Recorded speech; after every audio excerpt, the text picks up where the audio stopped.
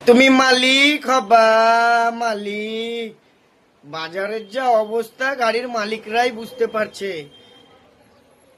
একটা 4 টনের গাড়ি 7 দিন 8 দিন ধরে দাঁড়িয়ে থাকছে। কিস্তি দিবে কি করে, ড্রাইভারের বেতন দিবে কি করে, আর পেপার কি করে আপডেট করবে। আদার্স লোক ভাবছে যে গাড়ির মালিকের বহুত পয়সা, এদিক থেকে ওদিক থেকে খালি ঢুকে চলে যাচ্ছে। কিস্তির পয়সাই উঠবে না এখন যা বাজারের অবস্থা। কি ঠিক তাই তো? যারা গাড়ির মালিক আছো তারাই বুঝতে পারছো কি পরিস্থিতি ভাই। তুমি মালিক হবা মালিক। এই তো বাজার। এরকম বাজার থাকলে গাড়ির মালিক চপে উঠে যাবে 10 দিনের মাথায়। কি পরিস্থিতি। এ ওকে ফোন করছে খবর নাই, এ ওকে ফোন করছে, শুধু গাড়ির মালিকে কথা হচ্ছে।